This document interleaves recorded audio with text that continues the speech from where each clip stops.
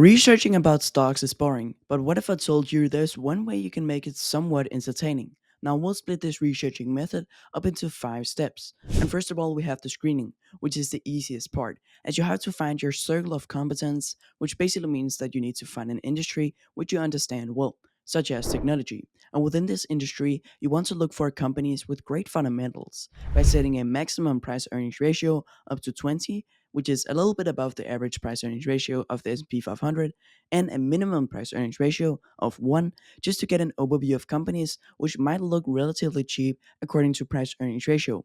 And I would do the same thing for price to free cash flow ratio. Now, when it comes to the market cap, it really depends on what type of investor you are and if you want to look for small, medium, or big companies. I personally like to stay within the small to medium range, as that is where you can find some of the big winners. The last criteria would be the return on investment capital, which I will set at a minimum of 12.5%, or just set it at the industry you're looking at average return on investment capital.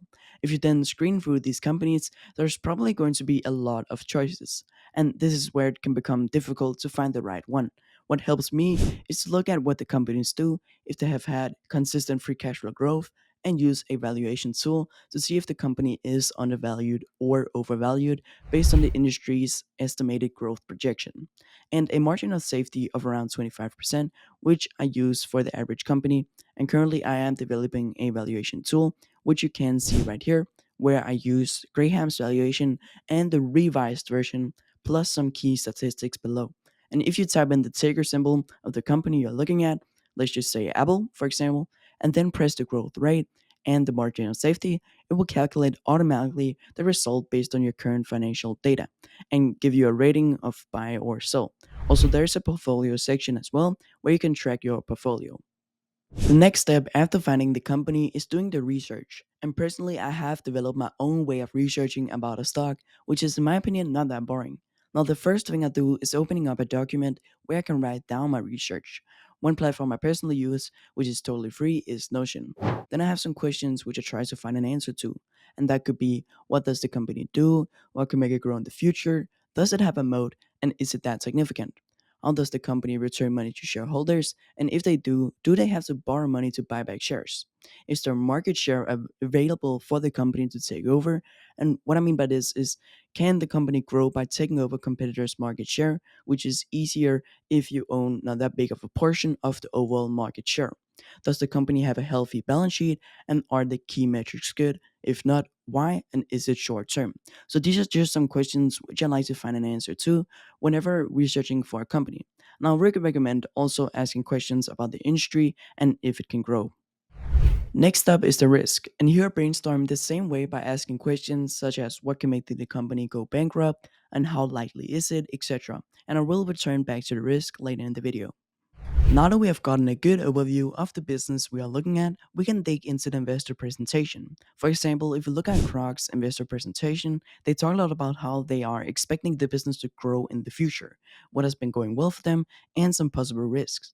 Now, the reason I look at investor presentations is because companies make them somewhat entertaining by showing pictures and interesting slides instead of text on text. But it's also to see what the company is mainly focusing on, as they want to include all of the good stuff. So, for example, Crocs focuses on their Hey Dude brand and how they can make it profitable, because their main brand, Crocs, is doing okay.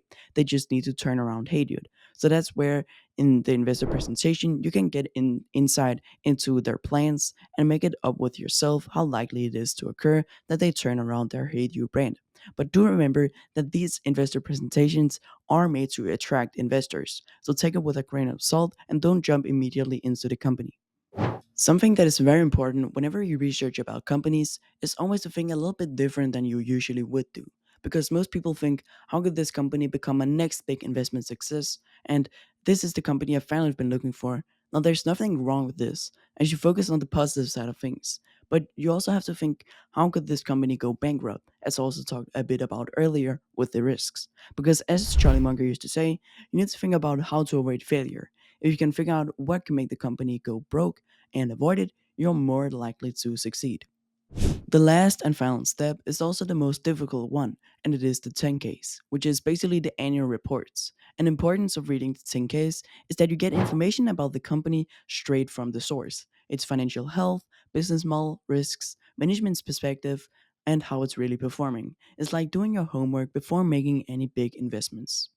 Now, the average annual report is usually as long as a book, ranging between 100 to 300 pages. But the good thing is, you don't have to read it all, as there are some parts which are more important than others, such as the MD&A, financial report, and risk factors, as these are the ones which bring in the most important information. Starting off with the management discussion and analysis, MD&A for short, which is, in simple terms, a letter from a company's managers telling investors how the company is doing. They explain the good stuff, the problems, and what they plan to do next. It's like checking in on your limited stand, how it's growing, or if anything needs fixing. The MD&A is important because it helps investors understand how a company is really doing. It gives them insights into the company's successes, problems, and future plans so they can make better decisions about whether to invest in it or not. It's like if you're thinking about buying a share of your friend's limited stand, you want to know how much money they're making, if they're running into problems, and if they plan to improve the stand before you decide whether to invest. Next up is the financial statement. And the financial statement is like a report card for a company. It shows how much money the company makes, spends, and owns. Some of the information you can get in the financial report is first of all the income statement. It tells if the company is making a good profit. Then the balance sheet, it shows what the company owns and owes. And lastly, the cash flow statement and tracks where the company's cash is coming from and going. This helps investors know if the company is healthy, making good money decisions, and if there's anything unusual going on with the cash. It's like checking if a limited stand is doing well before you invest. Then there's the risk factors. Risk factors are like warnings about things that could go wrong with a company. They explain what problems could hurt the business in the future, like bad weather ruining your limited stand or rising costs for limits. These warnings help investors know the risk before deciding to invest, so they can prepare for things that might not go as planned. These are the things we mainly want to read within the annual reports. But one thing I left out is how many annual reports do you have to go back to get full insight into the company and really understand it well? Now, that depends on how big the company is. Because if a company is really large, most of the information is already available on the internet. So you don't have to read that many annual reports. I would say around 2 to 3 years back. If it is a medium company, go around 3 to 5 years back, and if it is a small company, go 5 plus years back. So, to get through this data without getting bored to death, you have to make a routine for yourself. For example, if your goal is to read an annual report a day or just the three things we have talked about, then it is a good idea to schedule out your reading. A good way is to read for 30 minutes and take a 5 minute break.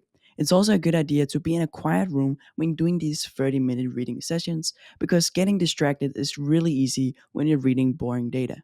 Another alternative is using ChatGPT or Copilot, and I don't recommend this if you do have the time to read.